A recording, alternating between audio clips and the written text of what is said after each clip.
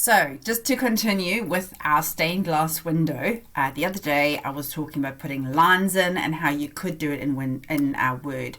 Of course, you can use any program that's going to be helpful to you. I just thought Word would be easier, but Paint or Paint Pro, any of those things would probably be good if you know how to use them. And of course, don't feel that you can't just get a piece of paper and draw it by hand using a ruler and a pencil. That actually might be the easiest way if that's what you prefer, and that you won't be on the screen, and that's not a bad thing at this time. Now, I started another one. I just carried on with this one by just adding in extra little lines. As you can see, these are just extra lines that I've added in. I don't know how to fill those. That's where I was thinking actually Paint or something else might be better, because if you just click in any shape you've made and go fill, it'll fill in between the lines. So I was thinking, oh, how are we going to do that on here with the colouring in without having to colour everything in afterwards and print it out?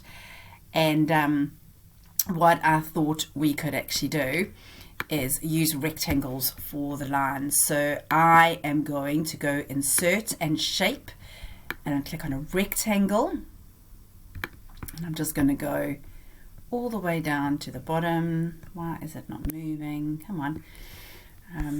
Let me just drag this down.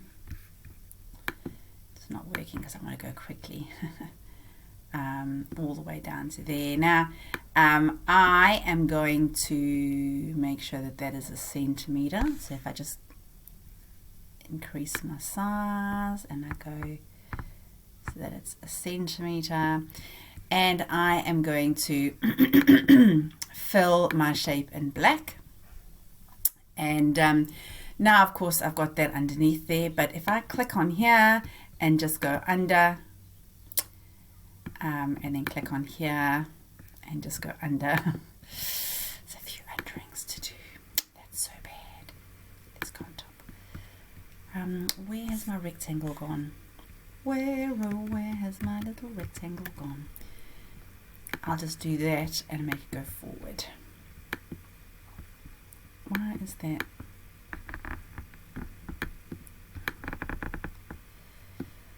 Anyway, maybe do your lines first. Is the thing here then?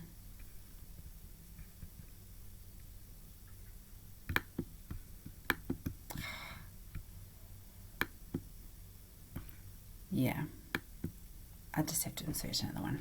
Delete that and insert another one. So maybe think about what your picture is going to look like and then do it in order. I'm going to do, for my circle, obviously it'll be good to have a black one, because that will be my my base, and then have my circle color on top of that.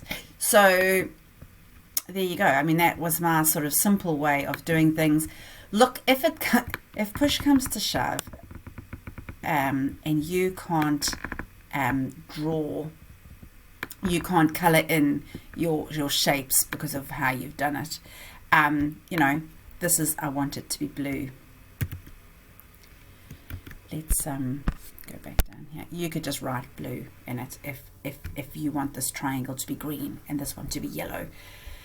Or print it off and colour it in. Have a bit of colouring in time. That's a really good thing to do. I think having some, and then obviously you need to do those shapes over there. Now, my whole thought here is, if when you do these shapes, because it's going to be going over there, you can actually turn this. So let's turn it that way. So you turn it like that, and then you can just drag it down. So maybe do some of your outlines and then do this later, or you could just do it all in one. And if you drag it into there, it's all going to be fun. And then there we have that. So some thoughts.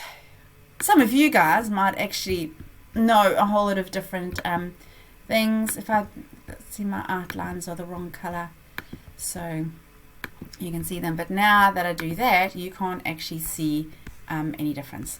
So there you go. Just a very quick how we do that.